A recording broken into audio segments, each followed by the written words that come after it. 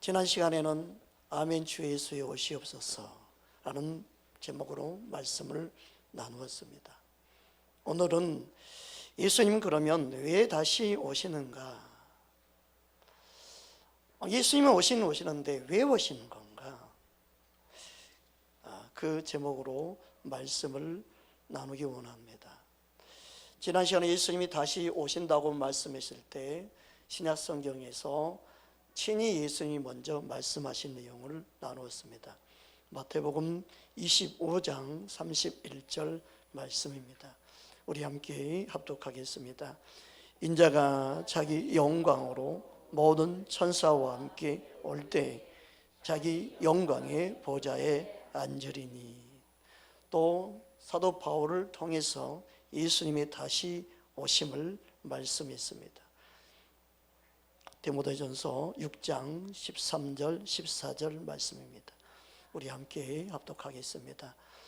만물을 살게 하신 하나님 앞과 본디오 빌라도를 향하여 선한 증언을 하신 그리스도 예수 앞에서 내가 너를 명하노니 우리 주 예수 그리스도께서 나타나실 때 흠도 없고 책망 받을 것도 없이 이 명령을 지켜라. 또한 세 번째로 예수님이 부활 승천하실 때 천사들이 증언했습니다. 다시 올라가신 모습 그대로 오신다고 증언하고 있습니다. 사도행전 1장 10절 11절 말씀입니다. 함께 합독합니다. 올라가실 때에 제자들이 자세히 하늘을 쳐다보고 있는데 흰옷 입은 두 사람이 그들 곁에 서서 이르되 갈릴리 사람들아 어찌하여 서서 하늘을 쳐다보느냐.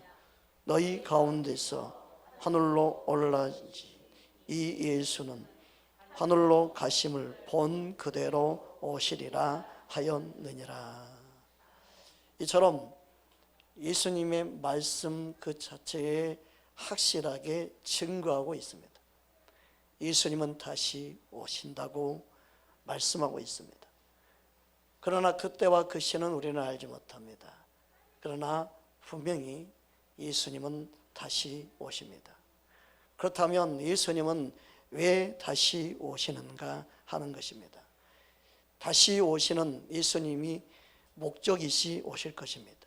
그 목적이 무엇인지 오늘 말씀을 통하여 살펴보기 원합니다. 첫 번째, 예수님이 이 땅에 오시는 첫 번째 이유는 우리의 구원을 완성시키러 오시는 것입니다. 할렐루야. 예수를 믿는가 동시에 우리는 구원을 받았습니다. 그러나 예수님이 재림하실 때 완성이 됩니다. 히브리서 9장 27절 28절 말씀입니다. 우리 함께 합독하겠습니다. 한 번 죽는 것은 사람에게 정해진 것이요 그 후에 심판이 있으리니 이와 같이 그리스도도 많은 사람의 죄를 담당하시고 단번에 들이신 바 되셨고 구원에 이르게 하기 위하여 죄와 상관없이 자기를 바라는 자들에게 두 번째 나타나시리라. 아멘. 예수님이 다시 이 땅에 오실 때 누굴 위해서 오시는가? 구원을 위하여 오시는데 특별히 죄와 상관없이 예수님을 바라는 자, 그들 위해서 오신다. 여기서 바란다는 것은요, 예수님을 간절히 사모하는 자, 그 뜻입니다. 그러니까 예수님을 간절히 사모하는 그들을 위해 오시는 거예요. 믿으십니까? 예수님은 저와 여러분의 구원의 완성을 위하여 오시는데 특별히 예수님을 사모하며 목마르며 기다리는 주의 신부들을 위해 오십니다. 주의 백성들을 위해서 오십니다. 우리는 이 사실을 기억해야 됩니다. 그러므로 우리는 주님 오실 날을 언젠지 모르지만 우리의 믿음 생활에 가장 중요한 마음의 자세는 주님을 사모하며 기다리는 거예요. 옆 사람 인사합시다. 예수님 오시기를 기다립시다. 예수님 오시기를 사모합시다. 아멘. 이 마음이 중요합니다. 빌립보서 3장 20절 21절 말씀입니다. 우리 함께 합독합니다. 그러나 우리의 시민권은 하늘에 있는지라 거기로부터 구원하는 자 곧 주 예수 그리스도를 기다리노니 그는 만물을 자기에게 복종하게 하실 수 있는 자의 역사로 우리의 낮은 몸을 자기의 영광의 몸의 형체와 같이 변하게 하시리라. 아멘. 예수님을 기다리는 그들을 위해 오십니다. 주님 오실 때 우리도 구원의 완성이 이루어져서 예수님처럼 부활의 몸으로 변형되어집니다. 아프지 않는 몸, 썩지 않는 몸, 영원한 몸으로 변화되어져서 주님과 함께 영원히 사는 것은 여러분 믿으시기 바랍니다. 그래서 주님은 사모하는 자 그들을 위해서 오십니다. 그래서 예수님 오실 날을 가장 준비가 잘 되어 있는 사람은 누구냐? 주님 오실 날을 사모하며 기다리는 자가 되는 거예요. 근데 원수 마귀는 우리 이 땅에 살면서 생활하며 자녀를 양육하며 열심히 바삐 살게 해서 우리 마음에 주님을 사모하는 마음을 식어지게 만들어버려요. 주님을 기다리는 마음이 식어지게 만들어버려요. 우리 시선이 하늘에 시민권을 가지고 있는 자로 주님을 바라보고 하늘을 바라보는 게 아니라 이 땅을 바라보며 살게 만들어버려요. 세상 어떤 것이 우리의 마음을 빼앗고 유혹해도 우리 마음에 주님을 사랑하는 마음이 식어지면 안 돼요. 여러분, 내 마음이 주님을 사모하는 마음이 식어지지 않나 살필 수 있기를 바랍니다. 우리 마음이 점점 뜨거워져야 됩니다. 주님을 사랑하는 그 마음이 불타올라야 합니다. 주님을 보고 싶은 마음이 우리 안에 점점점 충만해지기를 주의 이름으로 축복합니다. 디모데후서 4장 8절 말씀입니다. 우리 함께 합독합니다. 이제 후로는 나를 위하여 의의 면류관이 예비되었으므로 주 곧 의로우신 재판장이 그날에 내게 주실 것이며 내게만 아니라 주의 나타나심을 사모하는 모든 자에게 도니라. 그래서 우리가 마음에 가장 주님 오실 날을 준비하는 것은 다른 게 아닙니다. 뭐 이사를 가고 어디로 피하고 어디로 가고 그거 다 영이 잘못된 거예요. 그게 아니에요. 있는 곳에서 내가 주님을 사모하는 마음이 있느냐, 이게 중요한 거예요. 여러분 마음에 주님을 사모하는 마음이 있으면 그 사모한 자들 위하여 주님이 오시는 겁니다. 우리 마음이 주님을 사모하는 마음이 점점 뜨거워지기를 주님으로 축복합니다. 여러분, 주님을 사모하는 마음이 생길 때 일어나는 현상이 뭔지 알아요? 내 육신의 불편함을 이길 수 있는 힘이 생겨요. 여러분, 주일날 예배 드리러 이 시간에 나온다는 자체가 얼마나 불편한 거예요. 그런데 이 불편함을 감수할 수 있는 힘이, 능력이 생기는 거예요. 주님을 사모하면 사모할수록. 여러분, 주일 봉사하고 이게 얼마나 불편한 거, 얼마나 힘든 거예요. 얼마나 속상한가. 육신을 생각하면요, 이게 힘들어요. 괴로워요. 뭐하러 굳이 내가 그렇게 해야 돼? 이런 생각이 들어요. 불편함이 생겨요. 그러나 주님을 사랑하는 마음이 생기면 생길수록 불편함을 이길 수 있는 능력이 생기고 불편함이 전혀 불편함이 되지 않는 거예요. 믿으십니까? 그 불편함이 전혀 문제가 되지 않는 사람이 되는 거죠. 여러분, 사업한 사람이 주일날 자기 사업장 문을 닫고 주일날 주 앞에 나가서 예배 드린다? 이게 얼마나 생각에서나 삶 속에서나 환경에서 불편한 건지 몰라. 야, 돈을 벌어야 하는데 이게 뭔가. 근데 이 돈이 문제가 아닌 거예요. 예수님을 사랑하는 마음이 내 안에 크면 클수록 세상의 불편함이 문제가 되지 않아요. 그러나 내 안에 주님을 사랑하는 마음이 식어지면요, 육신의 생각이 가득 차서 조금 더 불편해진 걸 원치 않습니다. 조금 더 불편하면서 신앙생활하는 걸 원치 않습니다. 조금 더 내 몸이 불편해지는 것을 싫어하게 되어 있습니다. 우리 육신은 나이가 먹으면 먹을수록요 편해지기를 원해요. 점점. 여러분 육신이 편해지면요, 그것은요 여러분 몸이 점점 가라앉고 점점점 힘을 잃고 점점점 낙심하게 되고 점점점 좌절하게 되고 점점점 어느 날이 다가와요? 죽을 날이 다가오져 버립니다. 여러분의 몸의 불편함을 이겨야 됩니다. 불편함을 떨쳐버려야 됩니다. 게으름을 이겨버려야 됩니다. 부지런한 몸으로 바꿔야 됩니다. 여러분의 몸의 불편함을 이기고 여러분의 영이 충만하게 만들어야 됩니다. 우리는 단순히 육신에 매여 있는 자가 아니라 영의 사람이 되어야 합니다. 영이 충만한 사람이 되어야 합니다. 내 몸의 불편함 때문에 이것도 저것도 모든 걸 다 하지 아니하면 나중에 주님 앞에 섰을 때 한 달란트 받은 자처럼 땅에 묻어든 자, 악하고 게으른 종이라는 책망을 받을 수밖에 없습니다. 여러분, 우리는 사람 때문이 아닙니다. 나를 구원하신 그 주님을 정말 사랑하고 사모한다면 내 몸의 불편함을 나는 능히 이기고 감수하고 그것을 말씀에 저 복종케 하는, 그게 바로 내 몸을 저 복종케 한다는 의미입니다. 우리는 내 몸으로 하나님께 영광 돌리는 겁니다. 내 몸이 원하는 대로 하면 하나님께 영광 돌릴 수가 없습니다. 내 육신이 원하는 대로 살면요, 주님 앞에 칭찬을 들을 수가 없습니다. 여러분은 함께 예배드리는 게 불편할 수도 있습니다. 여러분, 코로나 시국에도 우리 교회 성도님들 와서 콜록콜록하고 기침을 하면 서로 의식이 될 텐데 전혀 그 의식하지 않고 자유한 가운데 예배할 수 있다. 이게 믿음이 없으면 불가능한 거예요. 저는 그때 얼마나 감사했는지 몰라요. 믿음으로 반응하지 않으면 안 되는 거죠. 여러분, 내 몸에 조금 더 불편함이 있을 때 얼마나 세상 사람들은요 짜증을 내고 얼마나 그 불편함 때문에 속상하고 괴로워합니까? 여러분, 예수 믿는 하나님의 자녀들은요 우리 삶의 불편함을 여기지 않는다. 그것을 뛰어넘는, 그게 믿음으로 사는 자입니다. 그게 예수님을 사랑할 때 일어나는 우리 안에 주어진 주님의 능력인 줄 믿습니다. 여러분의 삶의 불편함이 조금 더 불편함이 되지 않는 믿음의 승리가 있기를 주의 이름으로 축복합니다.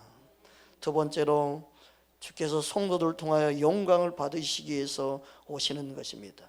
데살로니가후서 1장 10절 말씀입니다. 우리 함께 합독합니다.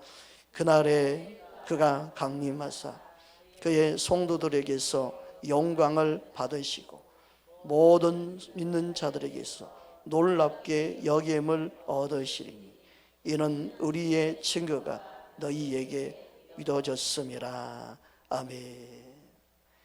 우리는 지금의 구원의 기쁨을, 그만큼 많은 그 기쁨을 다 누리지 못하고 느끼지 못할 수 있습니다. 그러나 주님이 오셨을 때 그때는요 우리의 영이 온전히 반응하기 때문에 놀라워하는 거예요. 하나님의 구원의 완성을 놀라워하는 거예요. 주의 백성이 되는 게 놀랍고 너무나 신기한, 내가 예수를 잘 믿었구나, 예수 믿은 게 이렇게 큰 은혜라는 것을 그때 알게 되는 거예요. 여러분, 예수 믿는 게 이 땅에서는 별별 없는 것처럼 보여요. 눈에 보이지가 않아요. 무시당하고 멸시당하기도 해요. 너무나 많은 부분에 생활하는데 불편함도 있어요. 그렇지만 예수를 믿고 있다는 이 사실이 얼마나 놀라운 축복인지, 주님 오실 그때 모든 구원받은 자들이 하나님께 영광을 돌리게 되어 있습니다. 나를 구원하신 그 은혜가 얼마나 큰지 기쁨으로 하나님의 이름을 높이며 주의 이름을 찬양하게 되어 있습니다.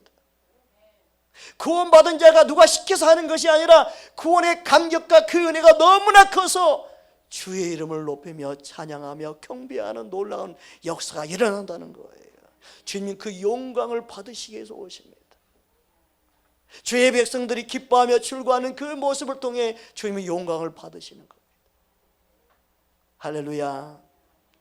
요한계시록 7장 10절에서 12절 말씀입니다.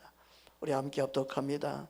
큰 소리로 외쳐 이르되 구원하심이 보좌에 앉으신 우리 하나님과 어린 양에게 있도다 하니 모든 천사가 보좌와 장로들과 내 생물의 주위에 서 있다가 보좌 앞에 엎드려 얼굴을 대고 하나님께 경배하며 이르되 아멘. 찬송과 영광과 지혜와 감사와 존귀와 권능과 힘이 우리 하나님께 세세토록 있을지어다.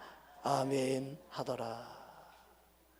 주님 오실 날 우리의 영에서부터 우리의 모든 힘을 다하여 하나님을 경배하며 찬양하게 될 것입니다. 할렐루야. 모든 피조물이 주의 영광을 나타낼 것입니다. 우리는 이 사실을 알아야 됩니다. 그때 주님이 각 사람의 행한 대로 칭찬하시게 될 것입니다. 고린도전서 4장 4절에서 5절 말씀입니다. 우리 함께 합독합니다. 내가 자책할 아무것도 깨닫지 못하나 이로 말미암아 의롭다함을 얻지 못하노라. 다만 나를 심판하시는 이는 주시니라. 그러므로 때가 이르기 전 곧 주께서 오시기까지 아무것도 판단하지 말라. 그가 어둠에 감추어진 것들을 드러내고 마음의 뜻을 나타내시리니 그때 각 사람에게 하나님으로부터 칭찬이 있으리라. 아멘. 여러분, 우리는 선악과를 따먹은 아담의 후예들입니다. 그래서 지식이 있든 그가 지식이 없든 상관없이 모든 사람에게는 판단하는 능력이 있습니다. 그 자기 나름대로 판단, 정죄까지 합니다. 이게 무서운 건데도 쉽게 되어진 일입니다. 그래서 어떤 사람들은 겉으로 입으로 판단하지 않아도 마음에서 판단하는 사람들이 있습니다. 어떤 사람은 입으로 판단하는 것처럼 마음에서는 판단이 아니고 정죄가 아니고 불쌍히 여기고 긍휼히 여기서 하는 말일 수도 있습니다. 근데 주님만이 정확하게 아시죠. 중요한 것은 우리는 남을 판단하는 자리에 있으면 안 된다는 거예요. 로마서 2장 1절에서 3절 말씀 우리 함께 보겠습니다. 그러므로 남을 판단하는 사람아 누구든지 막론하고 내가 핑계하지 못할 것은 남을 판단하는 것으로 내가 를 정죄함이니 판단하는 내가 같은 일을 행함이니라. 이런 일을 행하는 자에게 하나님의 심판이 진리대로 되는 줄 우리가 아노라. 이런 일을 행하는 자를 판단하고도 같은 일을 행하는 사람아 내가 하나님의 심판을 피할 줄로 생각하느냐. 우리는 하나님의 말씀을 지키고 살아야 될 준행자이지 심판자가 아닙니다. 그러면 우리는 그 누구도 판단하지 않기를 힘써야 합니다. 남편이 아내를 판단하기 가장 쉽고 아내가 남편을 판단하기 가장 쉬운 자리에 있습니다. 또 자녀를 판단하고 자녀들은 부모를 판단하기 쉬운 자리에 있습니다. 믿음의 형제 자매들끼리 서로 판단하기 쉬운 자리에 있습니다. 우리는 판단하는 것을 멈춰야 합니다. 야고보서 4장 11절 12절 말씀입니다. 우리 함께 합독합니다. 형제들아 서로 비방하지 말라. 형제를 비방하는 자나 형제를 판단하는 자는 곧 율법을 비방하고 율법을 판단하는 것이라. 내가 만일 율법을 판단하면 율법의 준행자가 아니요 재판관이로다.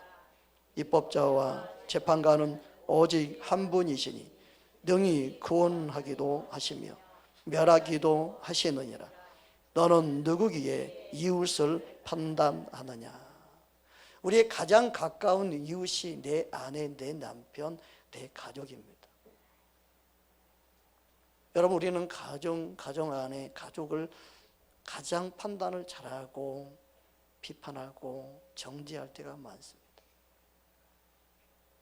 그리고 그것을 당연히 해도 된다고 생각할 때가 있습니다. 그것은 말씀 따라 사는 게 아닙니다.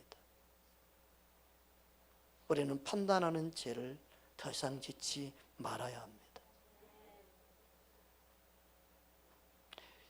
우리는 교회 안에서 서로를 판단하지 않도록 해야 됩니다. 불쌍히 여기고 긍휼히 여기는 마음이 있어야 합니다. 왜냐하면 우리는 주님께 긍휼히 여김을 받았고 불쌍히 여김을 받은 자이기 때문에 그렇습니다. 여러분, 심판을 이기는 유일한 방법은 긍휼히 여기는 것입니다. 긍휼만이 심판을 이길 수 있습니다. 그러므로 우리는 판단하는 것, 정죄하는 걸 멈추고 우리는 긍휼히 여기는 예수님 마음이 내 안에 있는가를 봐야 합니다. 믿으십니까? 야고보서 2장 12절 13절 말씀입니다. 우리 함께 합독합니다. 너희는 자유의 율법대로 심판받을 자처럼 말도 하고 행하기도 하라. 긍휼을 행하지 아니하는 자에게는 긍휼 없는 심판이 있으리라. 긍휼은 심판을 이기고 자랑하느니라. 우리는 긍휼히 여기며 사는 그 삶이 주님 앞에 긍휼을 입게 된다는 사실입니다. 내가 남보다 조금 낮게 보일 때 반드시 남을 정죄하고 비판하게 됩니다. 그래서 우리는 내 마음이 항상 주님 앞에 겸손히 머무는 자가 되기를 힘써야 합니다. 믿으십니까? 긍휼만이 심판을 이길 수 있습니다. 주님의 심판을 피할 수 있는 것은 예수를 잘 믿고 예수님 안에 거하는 것이고, 또 하나는 예수를 믿는가 동시에 긍휼히 여기는 자로 살아가는 것입니다. 여러분, 우리가 왜 긍휼을 베풀어야 됩니까? 사도 바울은 자기 자신이 죄인 중에 괴수라고 고백했습니다. 죄인된 괴수 나를 하나님이 긍휼을 베푸셨는데 내가 긍휼을 입은 까닭이 따로 있다. 믿음의 본을 보이기 위해서 그렇다. 디모데전서 1장 15절 17절 말씀입니다. 우리 함께 합독합니다. 믿보다 모든 사람이 받을 만한 이 말이에요. 그리스도 예수께서 죄인을 구원하시려고 세상에 임하셨다 하였도다. 죄인 중에 내가 괴수니라. 그러나 내가 긍휼을 입은 까닭은 예수 그리스도께서 내게 먼저 일체 오래 참으심을 보이사 후에 주를 믿어 영생 얻는 자들에게 본이 되게 하려 하심이라. 영원하신 왕 곧 썩지 아니하시고 보이지 아니하고 홀로 하나이신 하나님께 존귀와 영광이 영원 무궁하도록 있을지어다. 아멘. 하나님의 긍휼을 입은 자만이 하나님께 경배와 찬양과 영광을 올려드릴 수 있어요. 하나님의 긍휼하심이 얼마나 크고 놀라운지 알고 깨닫는 자, 그게 너무너무 중요합니다. 주님의 긍휼을 입은 자만이 누군가를 긍휼히 여길 수 있는 통로가 됩니다. 예수를 믿는다는 것은요, 긍휼히 여기는 주님의 마음이, 주님의 영이 내 안에 들어오는 거예요. 그 마음이 없으면 예수님이 없는 종교의 영에 사로잡혀서 내 자신이 교만 덩어리가 되어버립니다. 사도 바울은 자신이 죄인 중에 괴수임을 알았습니다. 나 같은 죄인 중에 괴수인 나를 하나님이 사랑하시고 긍휼을 베푸셨다는 거예요. 이 사실을 알아야만이 누군가를 정죄하고 비판하고 판단하지 않습니다. 여러분, 주님을 알면 알수록 용서하는 자, 긍휼히 여기는 자, 불쌍히 여긴 자로 살게 되는 것입니다. 따라합시다. 하나님이 나를 불쌍히 여기사 긍휼을 있게 하셨습니다. 아멘. 옆 사람 인사합시다. 긍휼히 여기는 자가 됩시다. 아멘. 믿음이 없어서 저렇게밖에 못하는구나. 진짜 믿음이 아니어서 저런 행동밖에 못하는구나. 믿음이 약해지고 떨어져서 나올 수 없구나. 불쌍히 여겨야 돼요. 안타까워해야 돼요. 그를 위해서 기도할 수 있어야 돼요. 그 마음이 우리 안에 충만하기 원합니다.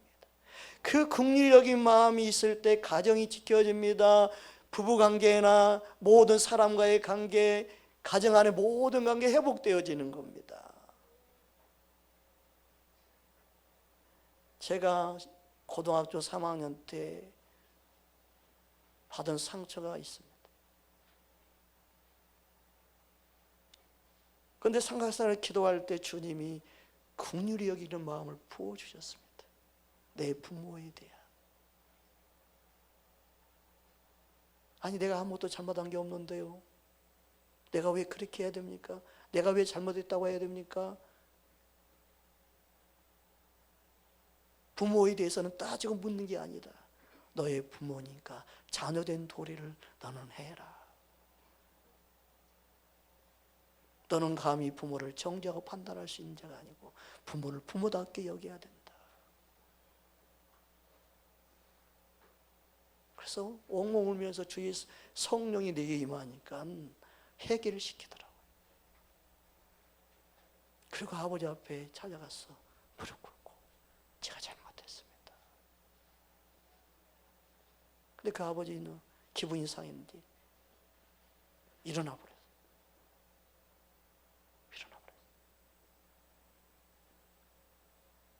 수의역 근처까지 쫓아가가지고 그 사람들 많이 지나는 그 앞에서 다시 한번 주님이 엎드려서 잘못했다고 빌기 원하셔서 엎드려서 발목 잡고 아버지 제 용서해 줘, 제가 잘못했습니다.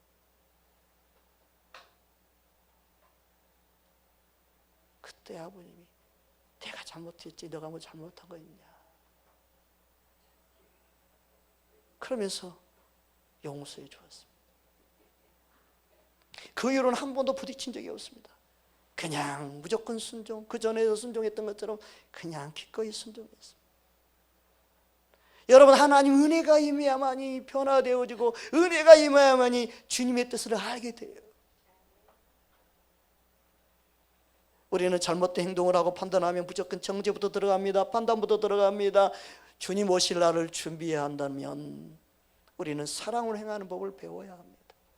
긍휼히 행하는 법을 배워야 합니다. 오직 우리 마음에 주님을 사모하는 마음만 가지고 살기를 힘써야 합니다. 주님은 반드시 오십니다. 긍휼히 행하는 자에게 긍휼이 있는 심판이 있지만 긍휼이 없는 자에게는 긍휼 없는 심판이 그에게 임합니다. 여러분, 긍휼이 없는 심판을 피할 자가 누가 있겠습니까? 긍휼을 입어야만이 긍휼의 심판을 이기고 승리하는 거 아니겠습니까? 저와 여러분의 심령 가운데 오직 예수의 이름만을 높이며 그분의 긍휼, 그분의 자비, 그분의 사랑을 높이는 믿음의 삶이 되기를 주님으로 축복합니다. 세 번째로 예수님은 우리를 아버지 집으로 인도하기 위하여 오십니다. 오늘 본문 요한복음 14장 1절에서 3절 말씀입니다. 우리 함께 합독합니다. 너희는 마음에 근심하지 말라. 하나님을 믿으니 또 나를 믿어라. 내 아버지 집에 거할 곳이 많도다. 그렇지 않으면 너희에게 일렀으리라. 내가 너희를 위하여 거처를 예비하러 가노니 가서 너희를 위하여 거처를 예비하며 내가 다시 와서 너희를 내게로 영접하여 나 있는 곳에 너희도 있게 하리라. 아멘. 따라합시다. 나 있는 곳에, 나 있는 천국에 너희도, 너도 있게 하리라. 아멘. 예수님은 바로 너를 위하여, 너와 함께 살기 위하여, 너와 함께 살 수 있는 집을 예비하러 간다. 그 집이 예비되어서 다시금 너를 데리러 올 것이다. 이게 바로 예수님의 사랑입니다. 그것을 진짜 믿는 사람은 어떻게 할까요? 힘들어도 참아낼 수 있습니다. 괴로워도 참아낼 수 있습니다. 어려운 일이 있어도 참아낼 수 있습니다. 이 땅에 많은 고난이 아픔이 있어도 내 예수님 오실 줄 믿습니다. 다시 만날 날을 준비하며 내가 살게요. 주님 앞에 모든 삶을 참고 견디고 이길 수 있는 힘, 모든 고난을 견딜 수 있는 힘, 주님을 향한 사랑, 그 사랑 때문이 아니겠습니까? 주님을 사랑하기에 모든 걸 견디는 자, 이기는 자, 그런 믿음 갖기를 주의 이름으로 축복합니다. 야고보서 5장 7절 8절 말씀입니다. 우리 함께 합독합니다. 그러므로 형제들아, 주께서 강림하시기까지 길이 참으라. 보라, 농부가 땅에서 나는 귀한 열매를 바라고 길이 참아 늦은 비와 늦은 비를 기다리나니 너희도 길이 참고 마음을 굳건하게 하라. 주의 강림이 가까우니라. 그러니까 믿음의 선진들이 이 땅에 믿음 생활하며 많은 고난 아픔을 이겼던 모든 믿음의 근원이 예수님을 사랑하고 사모하며 그 약속을 기다리고 있었기 때문에 가능한 거였습니다. 바보여서가 아닙니다. 미련해서가 아닙니다. 우리의 믿음 생활은 주님을 사모하며 기다리는 거예요. 이 땅의 삶이 많은 어려움이 있고 아픔이 있다 할지라도 우리는 천국에 대한 소망을 가진 자입니다. 할렐루야. 여러분, 이 땅에 가장 많은 사람들이 부러워하는 게 뭐냐면 누군가가 부모의 재산을 상속을 받는 모습을 볼 때, 쟤는 무슨 복이야? 이야, 그 많은 재산을 상속받았다고? 그 기업을 상속받았어? 와, 고생 하나도 하지 않고, 우와, 이야, 그 뭐라 그래, 금수저라고 하나? 뭐라 그래? 우와. 여러분, 우리는요, 그게 비교할 것이 아닙니다. 하나님의 상속자들이에요. 옆에 인사합시다. 하나님의 상속자입니다. 로마서 8장 16절 17절입니다. 우리 함께 합독합니다. 성령이 친히 우리의 영과 더불어 우리가 하나님의 자녀인 것을 증언하시나니 자녀이면 또한 상속자 곧 하나님의 상속자요 그리스도와 함께한 상속자니 우리가 그와 함께 영광을 받기 위하여 고난도 함께 받아야 할 것이니라. 야, 우리는 하나님의 상속자, 예수님과 함께하는 하늘의 천국의 상속자. 우리 성도는 예수 믿는 기쁨이 있잖아요. 천국의 상속자가 되는 거예요. 이 세상 잠시간이에요. 다 없어져 버려요. 헛된 거예요. 그런데 하늘에 있는 모든 상속은요, 영원한 거예요. 그 상속을 누리기 원하여 지금도 많은 영혼들을 부르고 있습니다. 그런데 듣지 않습니다. 예수님께 나오지 않습니다. 여러분, 이 세상 상속에 대해 부러워하지 마십시오. 나는 하늘의 상속자예요. 하나님의 자녀의 상속자다. 예수님과 함께 영원한 것을 상속받은 자다. 할렐루야. 이 세상 뭘 그렇게 부러워합니까? 상속받아도요, 죽어요. 상속받아도 더 사는 게 아니에요. 결국은 죽어요. 영원한 상속을 받는 게 중요한 거지. 할렐루야. 그 기쁨이 충만하기를 주의 이름으로 축복합니다. 네 번째로 예수님은 심판하기 위해서 오십니다. 디모데후서 4장 1절 2절 말씀입니다. 우리 함께 합독합니다. 하나님 앞과 살아있는 자와 죽은 자를 심판하실 그리스도 예수 안에서 그가 나타나실 것과 그의 나라를 두고 명하노니 너는 말씀을 전파하라. 때를 얻든지 못 얻든지 항상 힘쓰라. 범사에 오래 참음과 가르침으로 경책하며 경계하며 권하라. 왜 가르치고 왜 말씀으로 양육해야 되는지. 예수님은 심판주로 오십니다. 그러므로 믿지 않는 자들, 하나님을 모르는 자들, 그들이 심판받을 걸 생각하면 우리는 안타까워하고 괴로워해야 합니다. 예수를 믿고 구원받기를 우리는 원해야 합니다. 누가 심판을 받습니까? 데살로니가후서 1장 9절에서 7절에서 9절 말씀입니다. 우리 함께 합독합니다. 환난을 받은 너희에게는 우리와 함께 안식으로 갚으시는 것이 하나님의 공이시니 주 예수께서 자기의 능력이 천사들과 함께 하늘로부터 불꽃 가운데 나타나실 때 하나님을 모르는 자들과 우리 주 예수의 복음에 복종하지 아니하는 자들에게 형벌을 내리시니 이런 자들은 주의 얼굴과 그의 힘의 영광을 떠나 영원한 멸망의 형벌을 받으리로다. 그 영생은 누구라고 해서 영생은 누구에게 준다고 했어요?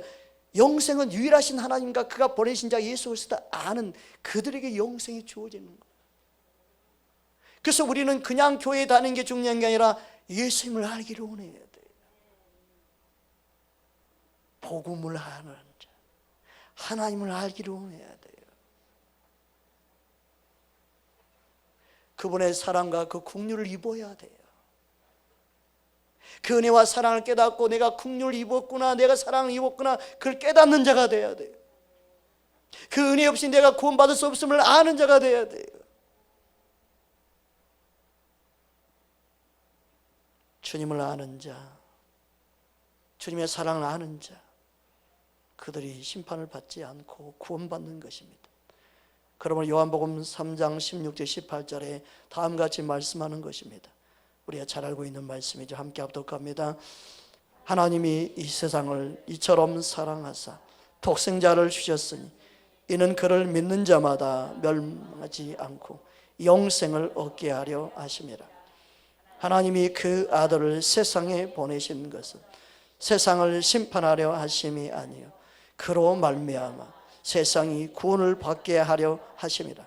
그를 믿는 자는 심판을 받지 아니할 것이요 믿지 아니하는 자는 하나님의 독생자의 이름을 믿지 아니하므로 벌써 심판을 받은 것이니라. 하나님의 사랑은 나를 구원하기 위함입니다. 하나님의 사랑은 나를 심판을 면하게 하기 위함입니다. 하나님의 사랑을 입은 자, 예수 이름을 아는 자, 그 영원한 생명을 얻습니다. 우리는 이 사실을 알고 많은 영혼들을 살리기를 힘써야 합니다. 할렐루야. 다섯 번째로 예수님은 이 땅에 진정한 왕으로 다스리기에 오십니다. 예수님이 오시면 이 땅에 임금으로 살았던 원수 마귀는 멸망하게 될 것입니다. 고린도전서 15장 24절 26절 말씀입니다. 우리 함께 합독합니다. 그 후에는 마지막이니 그가 모든 통치와 모든 권세와 능력을 멸하시고 나라를 아버지 하나님께 바칠 때라. 그가 모든 원수를 그 발 아래에 둘 때까지 반드시 왕 노릇 하시리니 맨 나중에 멸망받는 원수는 사망이니라. 예수님이 이 땅에 오시면 그동안 사람들 괴롭히며 지옥으로 이끌었던 귀신과 귀신의 우두머리 원수 마귀들 모두 다 멸망받습니다. 그리고 예수님이 영원토록 왕이 되셔서 다스릴 것입니다. 요한계시록 11장 15절 말씀입니다. 우리 함께 합독합니다. 일곱째 천사가 나팔을 불매 하늘에 큰 음성들이 나서 이르되 세상 나라가 우리 주와 그의 그리스도의 나라가 되어 그가 세세토록 왕 노릇 하시리로다 하니. 아멘. 예수님은 지금 믿는 자 가운데 왕이 되고 다스리고 있습니다. 믿는 하나님의 자녀들을 통하여 지금도 다스리기 원하십니다. 그러나 예수님이 오시면 진정한 왕이신 예수님이 모든 나라 모든 족속을 통치하며 다스리는 왕으로 영원토록 함께 우리와 살게 될 것입니다. 여러분, 예수님 오실 날을 진정으로 사모하며 갈망할 수 있기를 주의 이름으로 축복합니다. 천양호 목사님이 작사한 곡이 있습니다. 낮에나 밤에나 주님 고대가 우리 함께 찬양하겠습니다.